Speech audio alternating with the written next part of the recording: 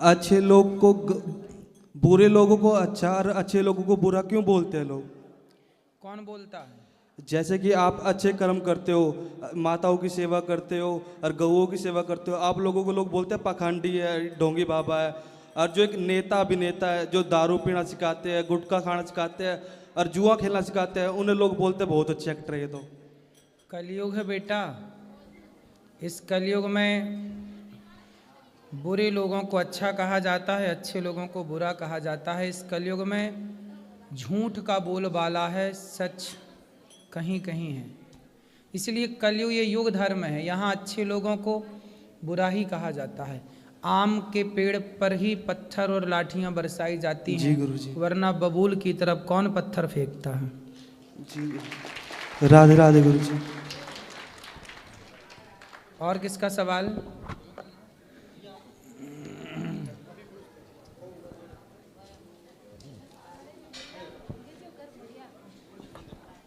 जय श्री नारायण गुरुजी। जी। आपके चरणों में कोट कोट प्रणाम।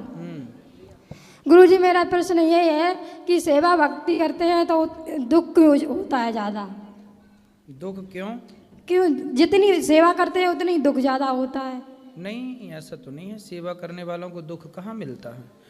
ठीक है, थोड़ा जीवन के किसी पहलू में दुख आ भी जाए, पर सदा दुख ना रहता। सदा ना रहा है, सदा ना रहेगा।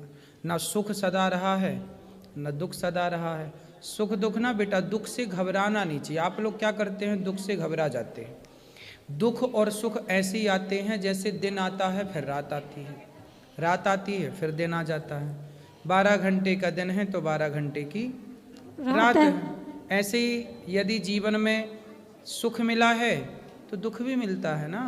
तो दुख से घबराना क्यों? जब सुख आता है तब तो आप शिकायत नहीं करते कि हम बहुत सुखी हैं, हमें बहुत दिक्कत हो रही है, इतना सुख क्यों है।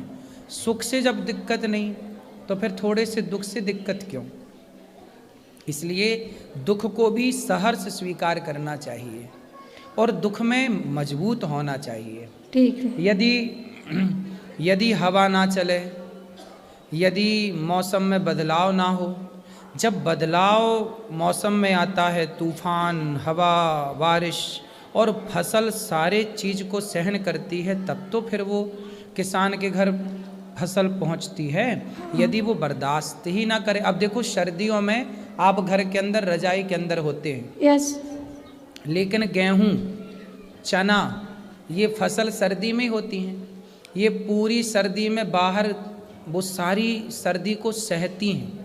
यदि वो ना सहें तो उनके अंदर फिर वो ताकत कैसे आए जो ताकत उनके अंदर है। इसलिए तो सुख दुख सहना है ना, सहो। आपको सहन करना नहीं आता, इसलिए दुख परेशान करता है। आएगा तो दुख भी हंसते हंसते कट जाएगा। ठीक गुरुजी, अब आप ऐसे आशीर्वाद दो कि सदा बिहारी जी के चरणों में सेवा भक्ति मेरा सदा प्रेम बढ़ता रहे। खुश रहो, खुश रहो।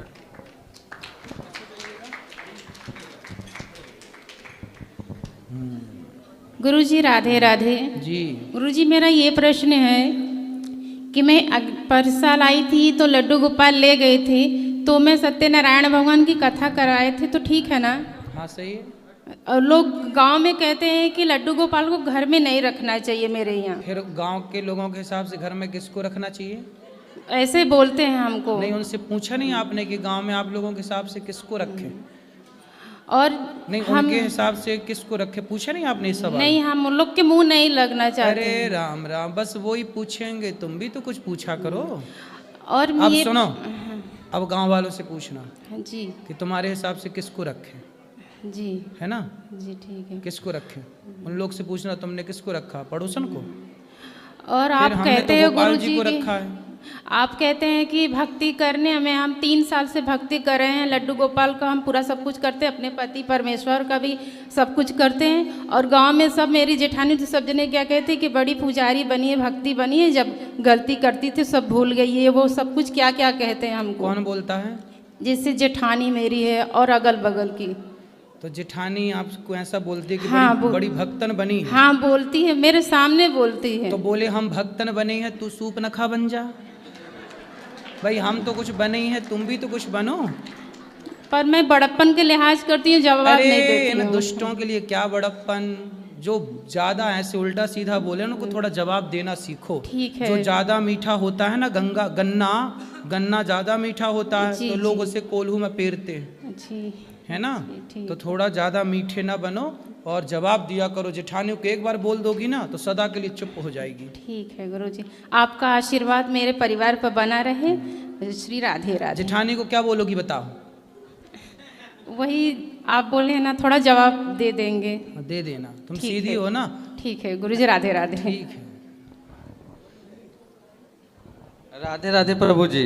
जी जी प्रभु जी, मैं जो है कि आपसे 5 साल पहले से जो प्रयास रत्न था मिल रही है सर, लेकिन सर मैं यहाँ पे आ नहीं पा रहा था। हमारे मौसा मौसी जी हैं, ये लोग टिकट भी मेरा निकाले, लेकिन मैं यहाँ पे आ नहीं पा रहा था, किसी कारणवश अड़चन आ जाती थी। फिर मेरी पत्नी ने कहा गुरुजी कि आप अपने एक बार जो है कि जिससे दिल से मानते हैं उनसे कहिए। तो गुरुजी, मैं माता वैष्णो देवी का भक्त हूँ, मैं वहाँ पे जाता हूँ और मैं उनसे कहा मन से कि गुरु जो है कि मैं एक बार वहाँ अनिरुद्धाचार्य जी का दर्शन करना चाहता हूँ। माता रानी अगर उचित हो तो हमें वहाँ पे भेजिए, नहीं तो फिर जैसा आप समझिए। गुरुजी 2 महीने सर हुआ और मेरे मौसा जी जो है कहें कि टिकट निकाल दिए हैं वृंदावन जाने के लिए, चलोगे ना। लेकिन गुरुजी मैं खुश नहीं हुआ, इसलिए कि मैं 3 बार नहीं आ पाया टिकट निकलवा कर गुरुजी। लेकिन सर इस बार अड़चन नहीं आया, और मैं जब गुरुजी यहाँ पे आया तो मैं कथा में बैठ नहीं पाया। उसके बाद गुरुजी मैं प्रश्न उत्तरी में आया, लेकिन मैं वहाँ पर भी आपका दर्शन नहीं हुआ। फिर गुरुजी मैं मायूस होकर जा रहा था, लेकिन अचानक सर जो बाहर हैं उन लोगों से पूछा, कहने गुरुजी चले गए कहीं। लेकिन सर 1 मिनट भी नहीं हुआ, आप सायरन बजा आप आ गए, और जो गेट पर खड़े हुए मैं सर गुरुजी आपका पैर पकड़ के लेट गया। इसमें गुरुजी मैं ये चाहता हूँ कि इसमें मेरे माता रानी का आशीर्वाद है कि मैं यहाँ पे आया हूँ, या ऐसे ही? माँ भगवती से कहा आपने तो माँ ने सुन ली आपकी पुकार। जी गुरुजी। और किसका सवाल? गुरुजी राधे राधे। जी गुरुजी मेरा सवाल था, अगर घर में कभी कोई अशुद्धि हो जाती है या किसी की मृत्यु हो जाती है तो उस समय भक्ति पूजा कर सकते हैं नहीं कर सकते हैं? भी पूजा ही क्यों बंद करनी है? जब घर में कोई दिक्कत जाती है तो लोग ये क्यों नहीं कहते कि क्या आप झूठ बोलना छोड़ दें? भाई घर में दिक्कत है छल करना छोड़ दें, भाई घर में दिक्कत है कपट करना छोड़ दें। बुरे काम कोई नहीं छोड़ता, जरा सा कुछ हुआ पूजा करना छोड़ देते हैं। क्यों ऐसा? आप बताओ क्यों ऐसा? अब ये शास्त्रों में है कि कहते हैं कि मतलब 10 दिन तक या 12 दिन तक घर में अशुद्धि रहती है तो पूजा भक्ति नहीं कर सकते। नहीं, देखो पूजा मतलब क्या है? पूजा आप भगवान की मानसिक तो कर सकते हैं। जी जी मानसिक, भगवान का ध्यान तो मानसिक कर सकते हैं। जी जी गुरुजी। पूजा घर में उस समय जो भानेज हैं, छोटे बच्चे हैं, उनसे घर में भगवान की पूजा कराओ जी। पर आप लोग मानसिक जप करो, मानसिक ध्यान करो। जी पूजा तो कभी नहीं छोड़नी चाहिए, शारीरिक ना हो पाए तो मानसिक। जी धन्यवाद गुरु। Hello hello hello. गुरुजी राधे राधे। जी गुरुजी मैया। मेरा सवाल है गुरुजी, यहाँ पर महिलाएं और पुरुष आपसे सवाल करते हैं मेरा पति प्यार नहीं करता, मैं ये नहीं करता, तो गुरुजी ये सवाल गुरु से क्यों? अब उनको देखो समस्याएं हैं, उनको लगता है कि प्रश्न करेंगे तो शायद हमारा पति बगल में खड़ा है, हमारी पत्नी बगल में खड़ी है, शायद उसे समझाएंगे। गुरुजी हमारी पत्नी को समझा देंगे, गुरुजी हमारे पति को समझा देंगे, गुरुजी हमारे बेटे को समझा देंगे।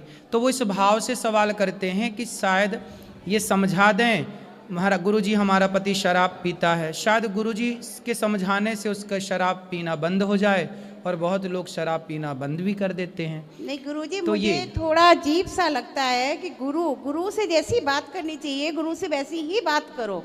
ये गुरु से क्या बात करना, मेरी 4 शादी हो गई, 3 शादी हो गई, मेरा पति छोड़ गया, मुझे प्यार नहीं करता है, मुझे बहुत अजीब लगता है। मैं आपका प्रवचन डेली सुनती हूँ, मुझे अच्छा नहीं लगता है। मेरा बेटा कहता है कि क्या सुनती हो, महिलाएं कैसे कैसे सवाल करती हैं गुरुजी से, तुम इनको क्या सुनती हो?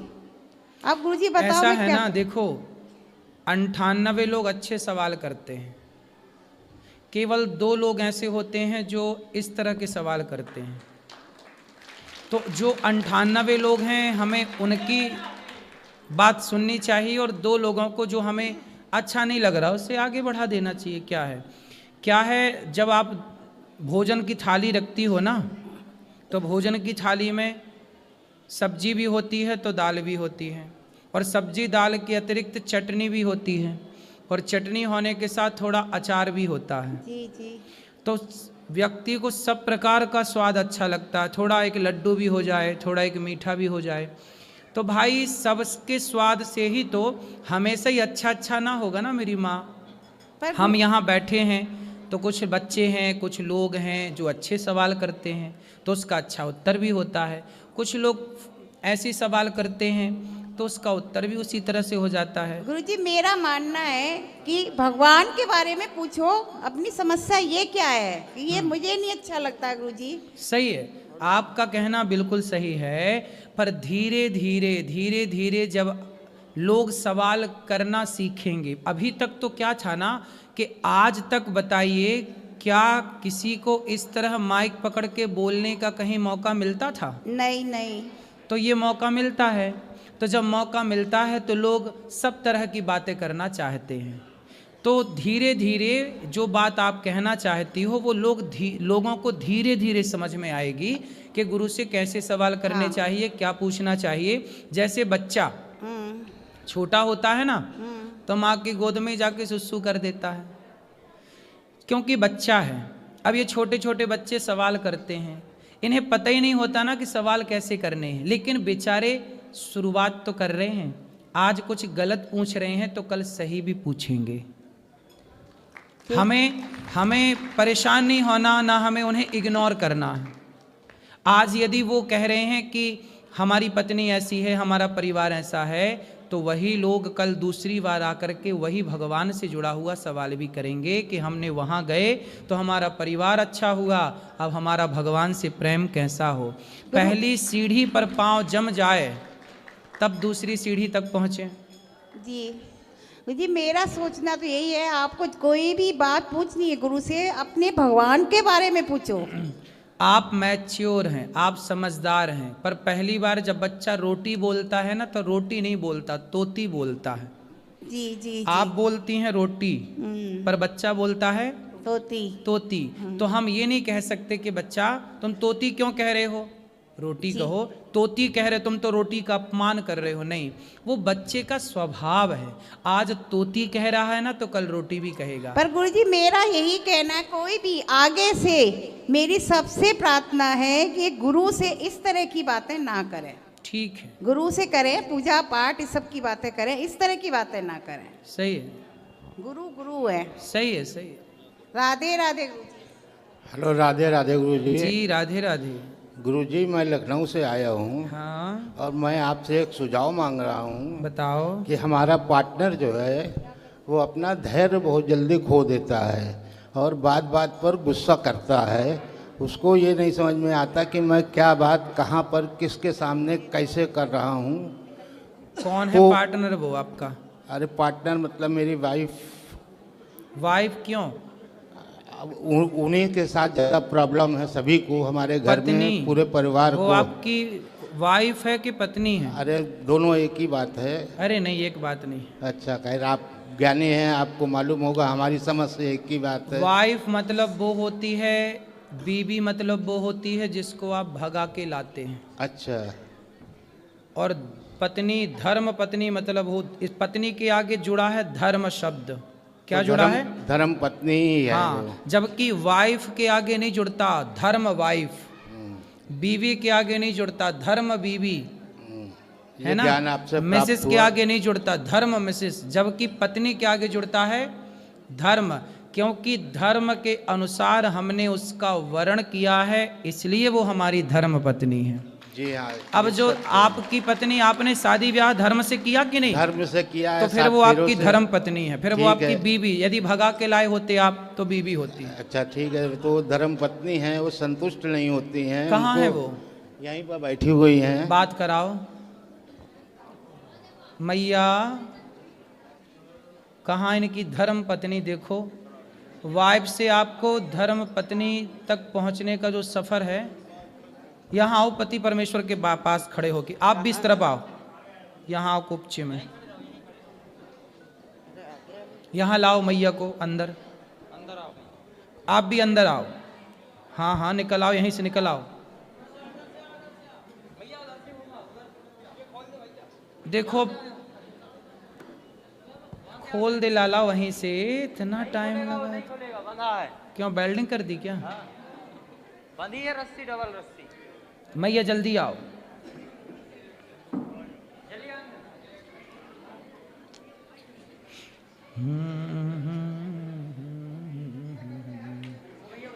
यहीं आ जाइए, यहीं आ जाइए, यहीं।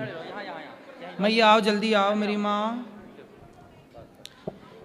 कैसी हैं मैया आप? मैया आप बात करो, आप बात करो।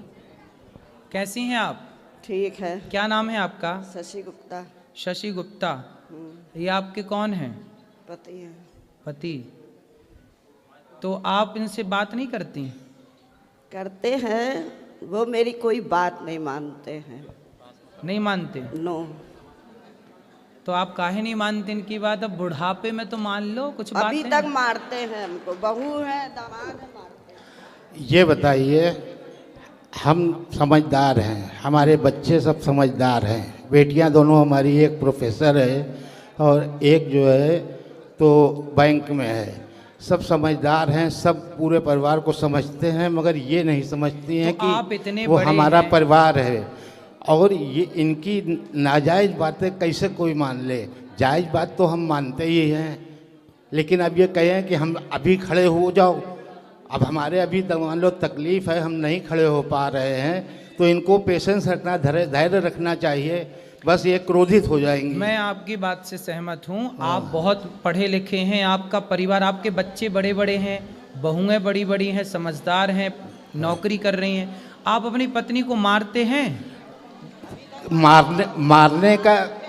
मारने का कारण यही है कि आदमी कब तक बर्दाश्त करेगा। एक सीमा होती है बर्दाश्त करने की, ठीक है, और वो सीमा ऐसी हो जाती है कि सीमा से भी पार हो जाता है, तब क्रोध आता है, और क्रोध में आदमी क्या कर सकता है ये तो आप भी समझते हैं। यहाँ तक कि आत्महत्या तक मैं करने की कोशिश कर चुका हूँ इन्हीं की वजह से। नहीं तो क्रोध इतना क्यों करना है? चलो जब गलत बात होती है तो कैसे कोई न लड़के अब मुंह पर माँ है, माँ के मुंह पर तो बच्चे नहीं कह पाते हैं, लेकिन पीठ पीछे तो समझते हैं। मैं आपकी बात से सहमत हूँ, अभी मैं मैया को समझाऊंगा, पर मुझे आप आज ये वचन दे दो कि नारी पर तो हाथ नहीं ही उठाना चाहिए। मैं चाहता भी नहीं हूँ कि मैं किसी पर हाथ उठाऊँ, क्या नारी हो चाहे बच्चे हो। बच्चे हमारे बड़े हो गए, जब तक छोटे थे ना समझते तब तक मैंने उनको मारा। अब मैंने कभी उन बच्चों पर कभी हाथ नहीं उठाया, आज 20 साल से ज़्यादा हो गया है। बच्चों पे हाथ उठाना छोड़ दिया है तो पत्नी पे भी पत्नी पर भी नहीं उठाता हूँ, लेकिन वही है ना कि इतना क्रोध दिला देती हैं। जब आपको गुस्सा आए ना, हाँ, तो आप एक उंगली उठाओ, इसको ऐसे उठाओ, इसको यहाँ रखो, वो करता हूँ। हाँ, दिन भर में अगर ये 100 बार बोलेंगी तो मैं 80 बार 70 बार जो है चुप रहता हूँ। अच्छा, लेकिन 30 बार तो बोलना ही पड़ जाता है कि कैसे क्या करे। मैया बात करो। मैया काहे ऐसा बोलती हो कि ये देखो चुप नहीं रह पाते? आप ही चुप रह लो। आपसे क्या बताए, अब आप गुरु हैं, नहीं बता सकते हैं। फिर भी आप ना बोला करो। देखो आप लोगों की इतनी उम्र हो गई, आप लड़कपन आपका बीत गया, जवानी आपकी बीत गई, अब आपका बुढ़ापा है। आपके बच्चे भी मेरे से बड़े हैं, मेरे से उम्र में बड़े होंगे, पोता भी आपका होगा। अब आप इतने बड़े हैं, समझदार हैं, इसलिए मैया आप एक मंत्र मेरा याद कर लो। किसी भी परिस्थिति में अब आप हर कुछ भी हो, आप ये समझो कि जो है सब ठीक है, भगवान का नाम बोलो, आप कुछ भी मत बोलो। मैं तो यही करती हूँ, कुछ भी मत बोलो। मैं आप ही के दिन भर कथा सुनती हूँ, आप ही उसमें रहती हूँ। अब कुछ भी नहीं बोलोगी आप। हाँ। जब आप कुछ भी नहीं बोलोगी तो इन्हें गुस्सा नहीं आएगा, जब इन्हें गुस्सा नहीं आएगा तो ये आप पर हाथ नहीं उठाएंगे। अरे कोई बात गुरुजी नहीं मानते, कोई बात हैं? कोई बात नहीं मानते। नहीं मानते? कोई बात नहीं तो मानते। कोई बात नहीं, ये तभी नहीं, मैं नहीं बोलती हूँ। ये नहीं मानते ना तो मत मानने दो। बहू का पक्ष लेंगे, बेटियों का पक्ष लेंगे, बस हम ही को मारे पीटेंगे। ये गलत बात है ना। अब ये कह रही हैं कि बहू का पक्ष लेते हैं, बेटी का पक्ष लेते हैं। क्या वो समझदार नहीं है? क्या वो ये नहीं जानते कि हमारी माँ सही है या गलत है? अरे भगवान, अब ये उम्र ये डिसाइड करने की नहीं है कि सही है कि गलत तो है। वो जब माँ सही ही होती है, माँ गलत नहीं होती। माँ क्या से गलत हो जाएगी? ऐसा कौन सा ये काम करती है? माँ तो सही होती है, लेकिन माँ का व्यवहार, जैसे आपके यहाँ पर इतनी माएँ आती हैं तो कभी आपने माँ से ये नहीं